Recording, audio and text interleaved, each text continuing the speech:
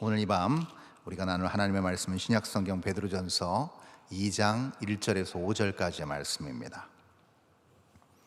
신약성경 378면입니다. 자, 우리 교독해서 한번 읽도록 하겠는데요. 자, 교독해서 읽고 마지막 5절은 합독하겠습니다. 그러므로 모든 악독과 모든 기만과 외식과 시기와 모든 비방하는 말을 버리고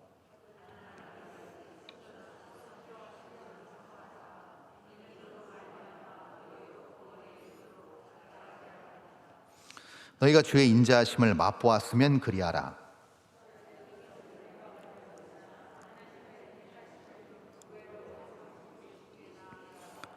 (5절) 다 함께 읽습니다. 너희도 산돌같이 신령한 집으로 세워지고 예수 그리스도로 말미암아 하나님이 기쁘게 받으실 신령한 제사를 드릴 거룩한 제사장이 될지니라. 아멘. 생명체와 그렇지 않은 무생명체를 가늠하는, 판별하는 중요한 어떤 기준점이 있습니다. 여러 기준점이 있겠지만 생물체는 상호 반응한다는 것이죠. 어떤 자극을 주었을 때, 또 어떤 물리적으로, 또 그렇지 않은 정신적인 어떤 그런 본능적인 자극을 주었을 때 반응한다는 겁니다. 그래서 상호 반응하는 것이 바로 생명체, 생명이 있는 그 생물체의 전형적인 특징이라고 할 수 있을 것입니다. 이런 반응을 바꾸어 말하면, 우리는 이 상호 반응을 바꾸어 말하면 무엇이라고 우리는 정의할 수 있을 것인가? 그것은 바로 성장. 이 몸을 가진 생명체가 상호 반응하는 전형적인 결과물이 뭐냐면 그것은 성장하는 것입니다. 그렇죠? 그래서 모든 생명체는 성장하게끔 되어 있습니다. 그래서 작은 미물이라 할지라도 처음에 태어날 때는 작은 알 내지는 작은 새끼의 형태로 있다가 점점 몸이 커지고, 그리고 더욱더 활동 범위가 넓어지는 그런 모습들을 우리가 살펴볼 수 있습니다. 그래서 생명체라고 한다면 가장 여러 가지 능력이 있겠지만 그중에서 대표적인 능력을 하나 꼽으라고 한다면 그것은 성장하는 능력이라고 할 수 있을 것입니다. 그런데 여기서 인간과 동물, 인간과 동식물이 이 부분에서 정확하게 또 구분되어지는 부분이 있습니다. 그것은 무엇이냐면요, 바로 사람이 다른 여타 생명체와 첨예하게 구분되는 구분점 하나가 있으니 그것을 우리는 무엇이라고 이야기하는가? 성숙이라고 이야기합니다. 성장과 비슷한 말 같지만 성숙은 본질적으로 큰 차이를 가지고 있습니다. 왜냐면요, 동물이나 식물은 절대로 성숙할 수가 없습니다. 덩치는 커질 수 있습니다. 활동 반경은 넓어질 수 있습니다. 그러나 성숙해지지는 않습니다. 여러 동물의 개체가 있습니다. 그 동물의 개체가 몇 수백 년, 수천 년이 지나도 전혀 변함없는 모습으로 그 환경 속에서 변함없는 모습으로 살아가는 것을 우리는 보는 것을 통해서 뭘 할 수 있는가? 동식물은 절대 성숙해질 수 없다라는 결론을 우리는 얻게 되는 것이죠.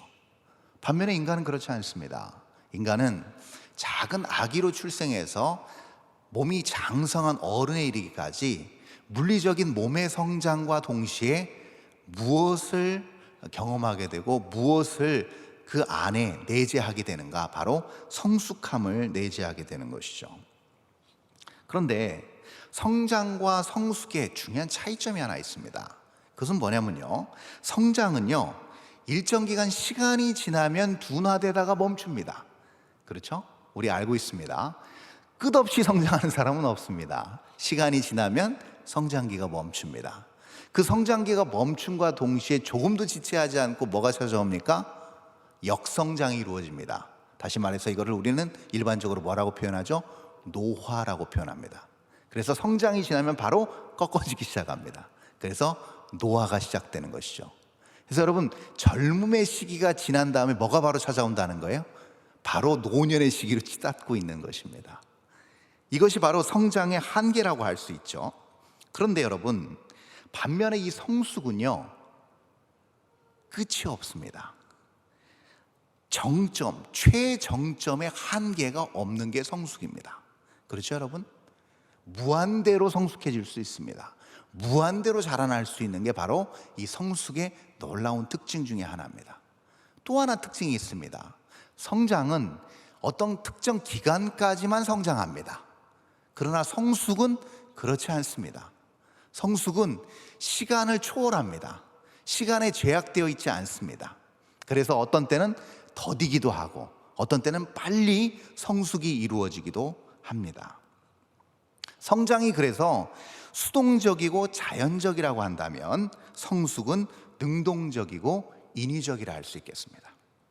자, 여기까지는 그냥 그렇다 치고 그냥 우리가 일반적으로 아는 성장과 성숙의 차이점이라고 본다면, 자, 오늘 우리가 읽은 본문을 기반으로 한 두 번째 성장과 성숙의 차이점을 여러분 놓쳐서는 안 됩니다. 오늘 말씀을 나누는 요점 중에서 아주 중요한 부분이 바로 이 부분입니다. 두 번째 이 차이점이 무엇인가? 바로 성장은 눈에 보인다는 겁니다. 눈에 보입니다. 성장은 쑥쑥 자라나는 모습이 보입니다. 반면에 성숙은 눈에 보이지 않습니다. 그것이 성장과 성숙의 아주 중요한 차이점이라고 할 수 있습니다. 자, 그렇다면 눈에 보여지는 성장은 뭐에 중점을 두고 있습니까? 결과에 중점을 둡니다. 경제가 성장했다, 사람이 성장했다, 무슨 실력이 성장했다, 이것은 결국 뭘 얘기하는 거예요? 그 사람이 내놓은 결과에 집중한다는 얘기입니다. 결과에 초점을 맞췄다는 거예요. 그 사람이 이뤄놓은 것에 초점을 맞췄다는 것을 우리는 성장이라고 표현합니다. 반면에 성숙은 무엇에 집중하는가? 과정에 집중합니다. 그래서 눈에 보이지 않습니다. 어떤 결과물이 나올지 모릅니다. 그것이 좋게 나올 수도 있고 안 좋게 나올 수도 있습니다. 그러나 과정이 어떻든지 간에 과정은 잘 눈에 띄지 않습니다. 사람들이 별로 주목하지 않습니다. 결과물만 주목할 따름이죠. 그래서 성숙은 그렇게 보여지지 않는 것이죠.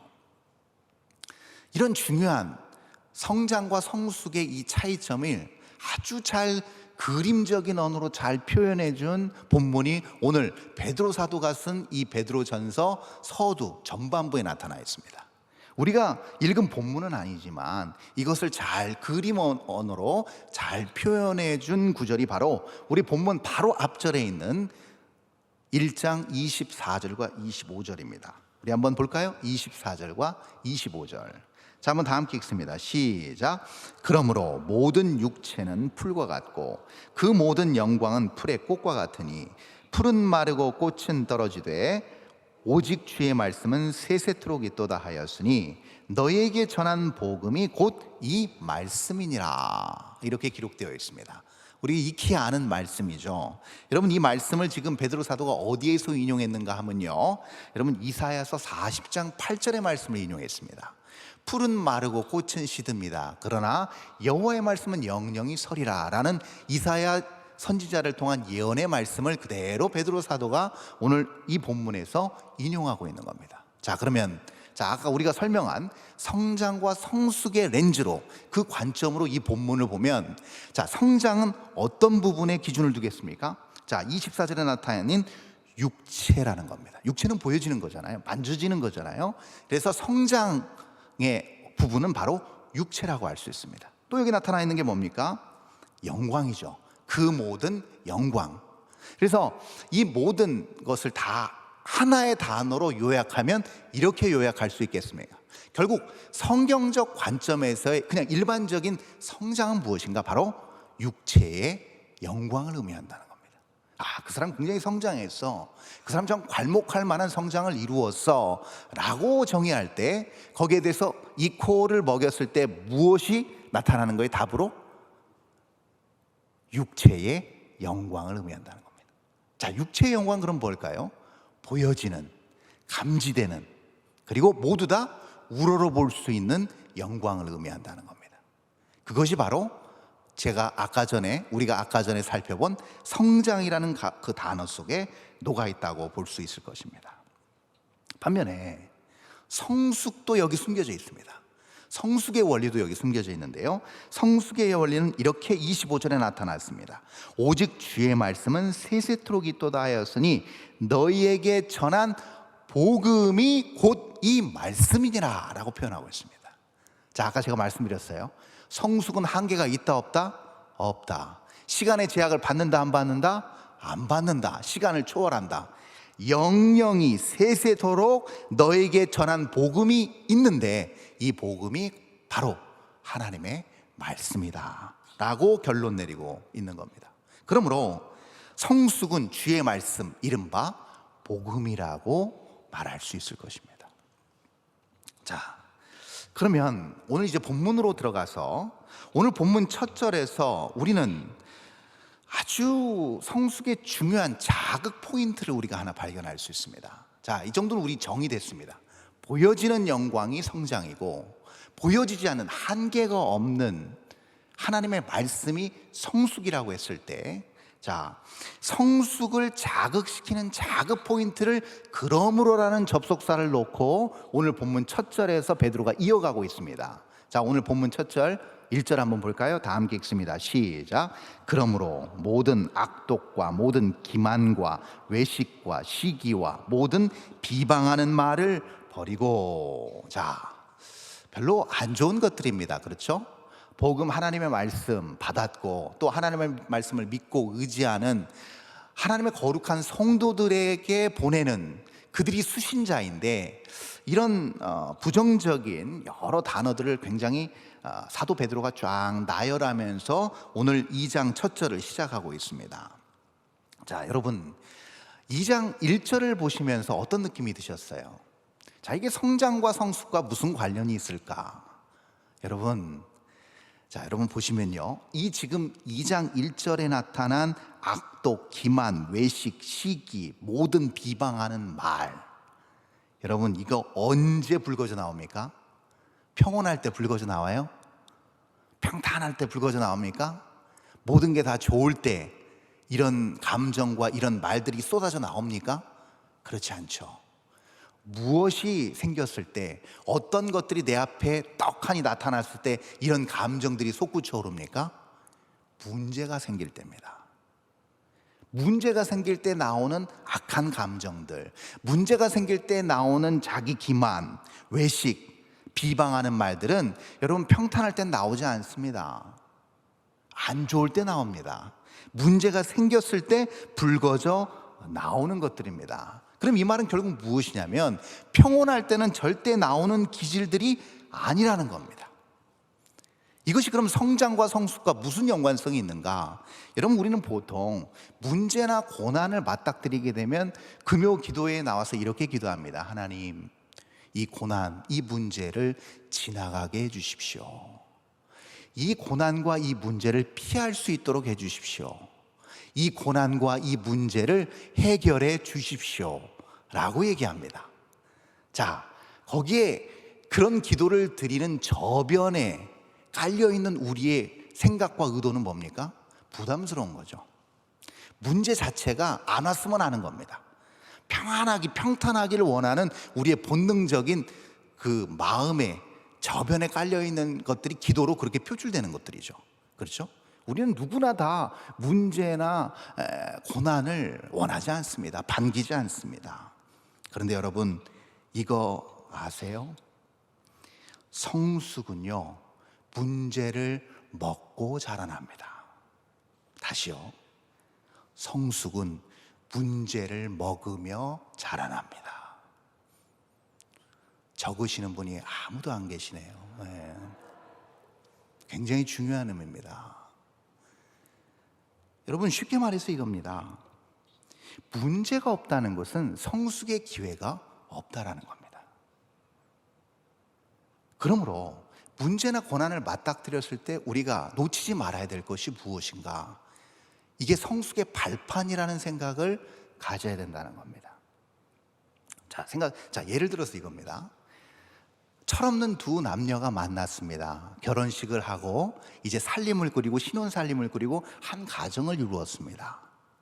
자, 그런데 이 남녀 두 부부가 한 번도 싸우지 않고 평탄하게 10년, 20년 결혼 생활을 한다? 불가능해요? 가능해요? 가능할 수도 있습니다. 예. 대부분 불가능하겠지만 가능할 수 있는 이유는 뭐예요? 전제가 하나 있습니다. 이 두 남녀가 완전히 성숙해야 됩니다. 그러면 서로가 서로를 성숙한 마음으로 이해하기 때문에 문제나 다툼과 분쟁이 있을 리 만무합니다. 그런데 이 두 철없는 부부가 만나서 한 가정을 이루었을 때 그 안에서 문제가 생깁니다. 어려움이 생깁니다. 고난과 역경과 트러블이 일어납니다. 그러면 거기서 부딪히면서 빚어져가는 뭐가 생겨요? 빚어져가는 산물이 뭐예요? 성숙이라는 거죠. 서로 그렇게 부딪혀 가면서 그런 문제를 같이 극복해 나가면서 얻는 귀중한 인생의 선물이 무엇인가? 바로 성숙이라는 겁니다. 여러분, 교회도 마찬가지입니다. 우리 평강교회 우리 다 아시는 것처럼 어려움을 지나왔습니다. 문제와 역경을 돌파해서 여기까지 왔습니다. 어떤 분은 이렇게 생각하실 수도 있습니다. 왜 하필이면 내가 평강교회 그 어려운 시기에 이 교회에 나와서 이렇게 영적으로 상처를 입고 아픔을 겪었을까라고 생각하신다면 그 생각을 바꾸셔야 됩니다. 성숙과 성장의 관점으로 그 잣대로 이걸 그대로 대입해 보면요, 문제가 있는 교회는 그만큼 성장에 도약을 하는 교회입니다. 여러분, 우리가 지금 자화자찬하자는 얘기가 아니고요, 스스로 위로하자는 얘기도 아닙니다. 이것이 맞는 겁니다. 어느 교회가 한 번도 우리는 어려움이 없었어요, 한 번도 우리는 문제가 없었어요 하는 교회는요, 여러분, 죄송한 얘기지만 위험할 수 있는 여지가 다분합니다. 왜요? 아직 완벽한 성도들이 모이지 않는 한 더 큰 문제가 생길 수 있기 때문에 그렇습니다. 그러므로 우리에게 주어졌던, 우리가 통과했던 이 고난과 문제의 터널을 우리가 딛고 일어나서 우리는 어디로 들어갔는가? 한 단계 더 성숙한 자리로 올라갔다는 사실을 우리는 느끼실지 모르겠지만 그것이 사실입니다.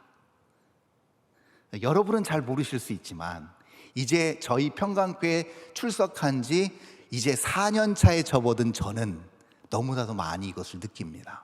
우리 성도님들의 변해가는 모습을 느낍니다. 성숙함의 반대말이 있습니다. 그것은 미숙함일 것입니다.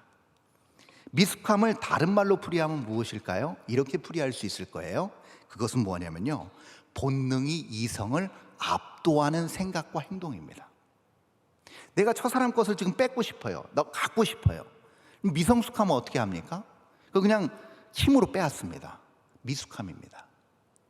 그런데 그 사람의 처지를 내가 생각하고 한 번 더 생각하고 그 사람을 배려해 줍니다. 그리고 오히려 더 좋은 것으로 그 사람한테 대접합니다. 이것이 바로 성숙이라는 것이죠.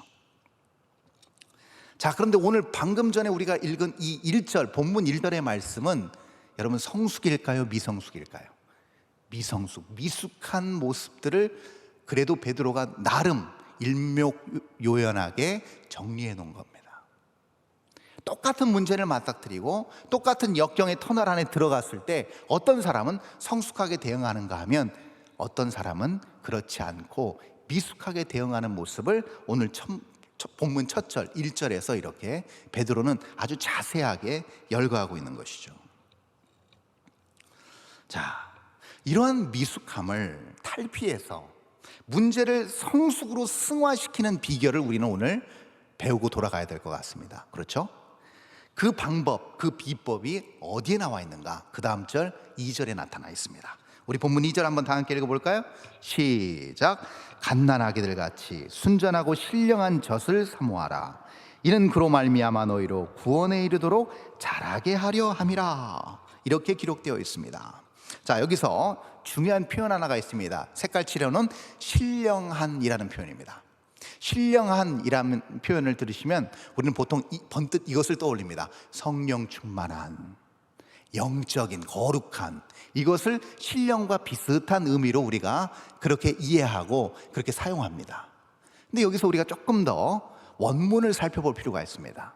이 신령한은요, 원래 뜻이 여러분 요한복음 1장 1절에 그 근본을 두고 있습니다.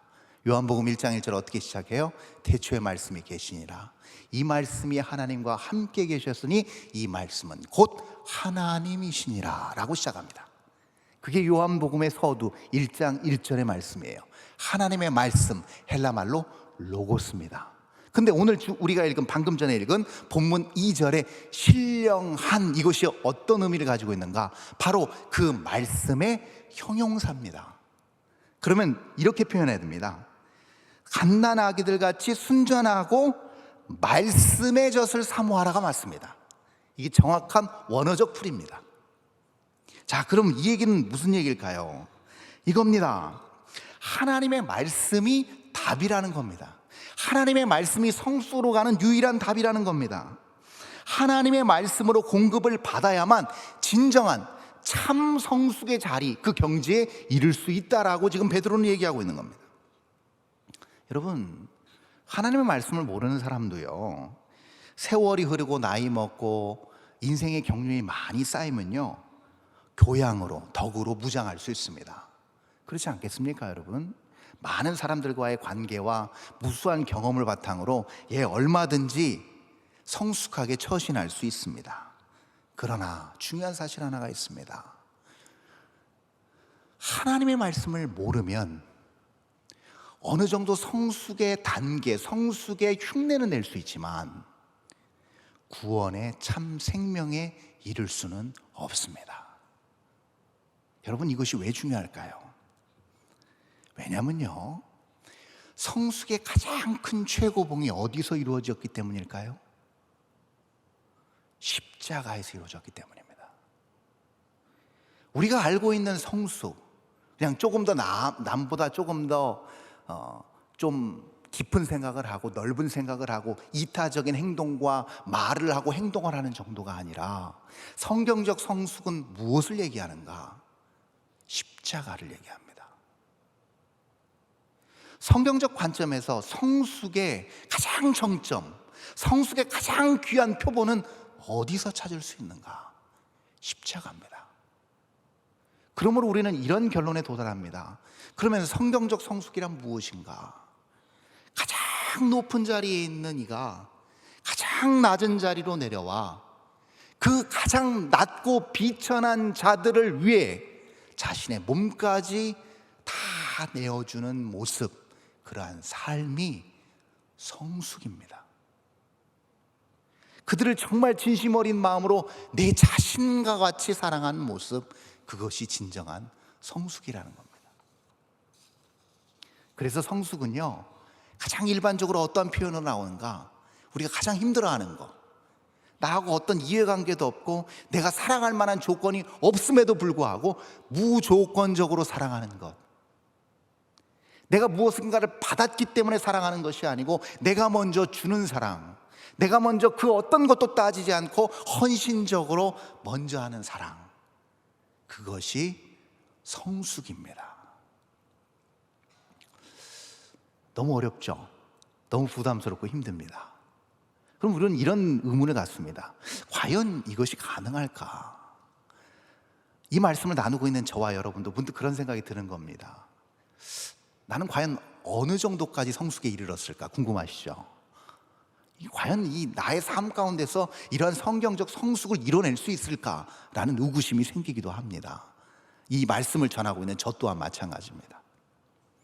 거기에 대한 해답을 우리 본문 그 다음 절 3절에서 찾아보도록 하겠습니다. 자, 3절 이렇게 나타나 있습니다. 3절 다 함께 읽습니다. 시작. 너희가 주의 인자하심을 맛보았으면 그리하라. 아멘. 이렇게 표현되어 있습니다. 여러분, 지금 인자하심이란 표현도 역시 우리가 원어적으로 조금 분석해 볼 필요가 있습니다. 이 인자하심은요, 원어적으로 표현하면 어떤 의미가 되냐면 유용함, 주의 유용함을 맛봤으면, 경험했으면 그리해라 라는 표현입니다. 자, 그 얘기 무슨 얘기예요? 지금 방금 전에 2절에서 신령한 젖이 뭐예요? 말씀이라고 얘기했습니다. 말씀으로 공급받아서 성숙에 이룰 수 있다라고 얘기했습니다. 그러면 3절에서 이어서 베드로는 무엇을 얘기하고 있는 거예요? 너희가 말씀으로 공급받았다고 한다면 정확하게 이 말씀으로 너의 삶에 적용해내라는 겁니다. 그럴 때 반드시 성숙에 이룰 수 있다라고 말하고 있는 겁니다. 중요한 것을 적용하라는 겁니다. 듣고 끝나지 말고, 먹고 끝나지 말고, 그것을 온전히 내 삶 가운데서 구현해내라는 그런 숙제를 지금 사도 베드로가 던지고 있는 겁니다. 여러분 보십시오. 자, 하나 우리가 중요한 우리 이 시대를 살아가고 있는 한국교회 성도 여러분인 저와 여러분이 우리가 한번 판단하고 가늠해 보아야 될 것이 있습니다. 여러분, 한국교회 성도들만큼 말씀을 사랑하고 말씀을 잘 알고 연구하고 열정적으로 말씀을 행하여서 열심을 정말 다하는 그런 성도들은요, 다른 나라에서 쉽게 찾아볼 수 없습니다. 우리는 말씀을 그냥 통째로 막 외우잖아요. 매번 성경 공부 쫓아다니고 분주하고 바쁜 시간 쪼개가면서 말이죠, 새벽에 눈 비벼가면서 말씀 듣겠다고 나와 있지 않겠습니까? 영하의 날씨 속에서도 대단한 열심입니다. 대단한 열정입니다. 그럼에도 불구하고 그런 수많은 한국교회 성도들이 존재하고 말씀을 사랑하고 사모함에도 불구하고 왜 여전히 한국 사회, 이 한국의 모든 그리스도를 모르는 사람들은 왜 교회를 시답지 않게 여길까요? 왜 교회 교인들을 인정하지 않을까요? 왜 비판할까요? 왜 오히려 교회를 걱정할까요? 왜 교회는 예전과 다르게 점점 그 힘을 잃어가고 있으며 말씀이 선포되어지는 곳에 점점점 사람들의 참여도는 떨어져만 가고 있는 것일까요? 왜 그럴까요? 오늘 이 본문의 말씀을 정확하게 적용해 보면 이런 원리를 우리는 발견합니다. 그것은요, 우리 삶의 모든 영역에서 결정적인 순간에 말씀을 적용하지 않기 때문에 그렇습니다. 삶은요, 선택입니다. 심지어 우리가 짜장면집에 들어가도 우리는 선택을 해야 됩니다. 뭐요? 짜장면이냐 짬뽕이냐, 다 선택이에요. 작은 것에서부터 큰 것까지가 전부 다 선택입니다. 그런데 이러한 선택에서 여러 우리가 카드를 가지고 있습니다. 그런데 정작 마지막 결정할 수 있는 중요한 카드가 하나님의 말씀이 되지 못하는 경우가 얼마나 많은지요. 하나님의 말씀의 카드를 너무나도 쉽게 버리는 경우가 너무나 많습니다. 나의 경험, 나의 지식, 다른 사람들의 조언, 이런 것들로 우리는 최후의 카드를 쓰게 되고 거기에 따라서 우리는 결정하는 경우가 너무나도 많습니다. 그렇기 때문에 세상에서 하나님의 말씀으로 나타나는, 하나님의 말씀의 적용의 결과물을 얻어내지 못하는 것은 어쩌면 당연한 겁니다. 그렇지 않겠습니까, 여러분? 이러한 세태를 사도 베드로는 그 다음 절 본문 4절에서 이렇게 표현합니다. 우리 한번 4절 볼까요? 본문 4절 이렇게 나타나 있습니다. 제가 읽겠습니다. 사람에게는 버림바가 되었으나 하나님께는 택하심을 입은 보배로운 산돌이신 예수께 나아가, 이렇게 베드로가 기록합니다. 사람들에게 버림바가 되었다라고 표현합니다. 하나님의 이 말씀의 카드가 버려진다는 겁니다. 너무나도 쉽게. 항상 차선책으로 그 다음 그 우선순위에서 자꾸 밀려나고 있다는 겁니다. 여러분 이해합니다. 여러분, 눈에 보이는 성장 또 성공 지상주의의 이 세상 한복판에서 예수님의 말씀대로 사는 것은 어떻게 보면 미련하고 답답하고 비효율적인 삶처럼 여겨지는 것이 어쩌면 당연한 건지도 모릅니다. 그러나 우리는 세상의 다른 면을 들여다보아야 합니다. 그 다른 면이 무엇인가? 여러분, 세상은요, 성장이 없어서도 아니고요, 성공이 없어서도 아닙니다. 성장과 성공이 너무나도 이 세상에 만연해 있음에도 불구하고 우리가 아는 것처럼 세상은 점점 삭막해지고 피폐해지고 악해지고 있습니다. 왜 그럴까요? 하나님의 말씀을 적용하고 그 말씀에 따라서 나의 삶을 계속 쳐서 복종시켜 구원을 이루는 성숙한 사람들의 부재에 있지 않나, 저는 그렇게 보고 있습니다. 그렇습니다, 여러분. 그러니까 계속 문제가 문제를 만들어냅니다. 문제를 온전한 방법으로 해결할 수가 없으니까 이 문제가 또 다른 문제를 낳습니다. 가정에 문제가 생겼어요. 그러나 성경적 관점으로 해결이 안 되니까 또 다른 죄로 인해 양산되는 그 다음 문제들이 계속 도미노처럼 무너지고 넘어뜨리고 붕괴시키고 아픔을 가져다 줍니다. 그런데 이러한 문제를 성숙이라는 밑거름으로 역이용하시는 든든한 버팀목이자, 오늘 본문은 아니지만 7절에서 그 유명한 코너스톤, 즉 모퉁이 돌이 되신 예수님께서 이 모든 것들을 성숙으로 승화시키고 바꿔나가시는 모습을 우리는 볼 수가 있습니다. 그렇게 우리 주님은 산돌이신 우리 주님께서 그렇게 교회에 초석을 놓으시면서 5절에서 준엄한 명령을 하십니다. 우리 마지막 5절 한번 다 함께 읽어볼까요? 5절 다 함께 읽습니다. 시작. 너희도 산돌같이 신령한 집으로 세워지고 예수 그리스도로 말미암아 하나님이 기쁘게 받으실 신령한 제사를 드릴 거룩한 제사장이 될지니라. 아멘. 신령한 집으로 세워지고 산돌같이 신령한 집으로 세워진다. 이 말 어디서 많이 들어본 한 단어 제가 말씀드리겠습니다. 거룩한 집, 이게 뭘까요? 바로 오이코스입니다. 들어보셨죠, 여러분? 오이코스. 이것이 바로 우리가 익히 들었던, 잘 많이 익숙하게 들어왔던 오이코스라는 말입니다. 즉 다시 말해서 유기적인 공동체를 얘기하는 겁니다. 유기적인 공동체는 뭘 의미할까요? 생명력 있는 공동체를 얘기합니다. 여러분, 작은 눈에 보이지 않는 세포가요, 생명력을 잃으면 어떻게 될까요? 눈에 보이지 않는 그 작은 세포가 생명력을 잃으면 어떻게 돼요? 여러분, 그게 바로 뭐가 되는 거예요? 암이 되는 겁니다. 암이 되는 아주 근본적이고 첫 출발이 무엇인가? 그 작은 세포가 생명력을 잃을 때예요. 생명력을 잃는다는 것은 무슨 얘기냐면요, 똑같습니다. 교회 공동체와 하나님 나라의 공동체에서 똑같은 원리입니다. 암은요, 죽었다라고, 세포가 죽었다라고 판정되고 괴사 판정이 일어난과 동시에 뭐가 돼요? 즉 뇌에서 지시하는 모든 지시를 다 무시합니다. 너 이만큼만 성장해, 이만큼만 분해해, 이만큼만 나아가, 이만큼만 커져, 이렇게 뇌에서 명령을 내림에도 불구하고 그 명령 다 무시합니다. 그리고 점점점 뭐예요? 그 죽은 괴사된 세포가 점점 커집니다. 근데 뭘 먹고 커져요? 우리가 먹는 밥과 영양분을 먹고 커집니다. 그리고 커진 다음에 거기서 멈추지 않고 어디로 가요? 다른 장기로 전이 됩니다.